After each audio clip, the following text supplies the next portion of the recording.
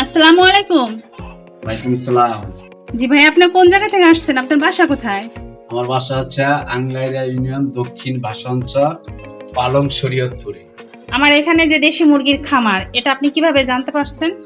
আমি আপনাকে এই যে ইউটিউবে আপনার একটা ভিডিও দেখে তারপরে দেখলাম যে আমাদের এই শরীয়তপুরের এই চিকন্দি বগাদি গ্রামে একজন নারী উদ্যোক্তা আছে পুতুল আক্তার, তার দেশি মুরগির খামার আছে এবং বাচ্চা জিরো বাচ্চা আছে। সেখান থেকে আমি তার এই ভিডিও দেখে আমার নিজে অনেক ভালো লাগলো। এরপর থেকে আমি এই দেশি মুরগি পালনের ইচ্ছা জাগলো, তাই এই পুতুল আপার এখানে এসে এই দেশি মুরগির বাচ্চাগুলো আমি সংগ্রহ করে নিয়ে যাচ্ছি। বাচ্চাগুলো আপনার পছন্দ হয়েছে? জি, ইনশাল্লাহ আমার পছন্দ হয়েছে, অনেক সুন্দর। তাই দোয়া করি আপা আরো ভালো করুক। আমাদের এরকম আপনার জন্য দোয়া করি। এই নারী উদ্যোক্তা জানি আমার সে আরো সুদূর সামনে আগে যাক, সবাই তার জন্য দোয়া করবে। আচ্ছা, আপনার জন্য দোয়া রইলো। আপনি এই বাচ্চাগুলি যেন সুস্থ সবলভাবে ভালোভাবে পালতে পারেন।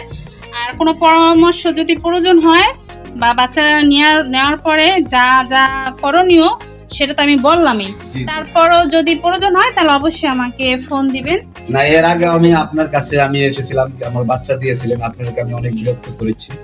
আসলে আপনি অনেক, যে আমাদেরকে যারা নতুন তাদেরকে অনেক মানে বিভিন্ন পরামর্শ দিয়ে আপনি অনেক সহযোগিতা করছেন, আমাকে করেছেন, কারণ আমি এর আগে 1 মাসের বাচ্চা দিয়েছিলাম, সেক্ষেত্রে আপনি অনেক আমাকে সাপোর্ট দিয়েছেন। আপনার ওই বাচ্চাগুলি কিরকম আছে? হ্যাঁ, অনেক সুন্দর আছে, আপনি যেভাবে বলছেন আমি সেভাবেই ওগুলা লালন পালন করতেছি।